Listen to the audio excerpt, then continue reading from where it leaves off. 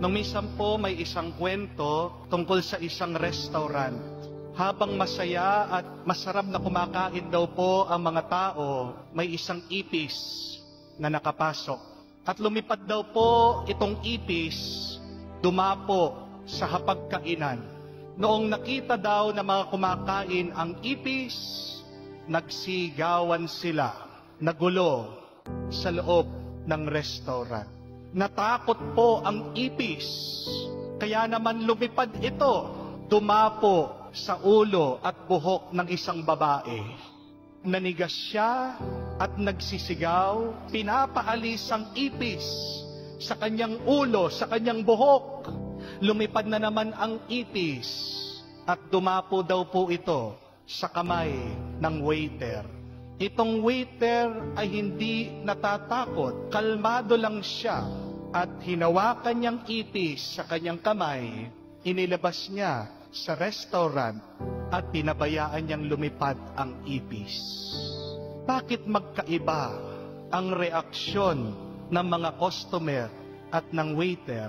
Bakit takot ang mga customer habang itong waiter ay kalmado lang?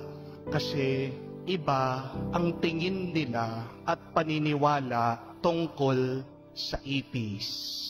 Remember this, my dear friends, that our thoughts are the seeds of our actions.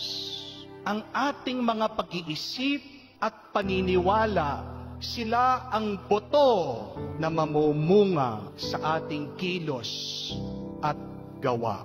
If you have a bad thought, you will have bad actions. If you have good thoughts, it will bear fruit to have good actions in your life. Bakit masama ang iyong nararamdaman? Bakit masama ang iyong nararanasan? Dahil ba masama ang nangyayari ngayon sa iyong buhay? Hindi. Masama ang nararanasan mo dahil nag-uumpisa masama ang iniisip mo.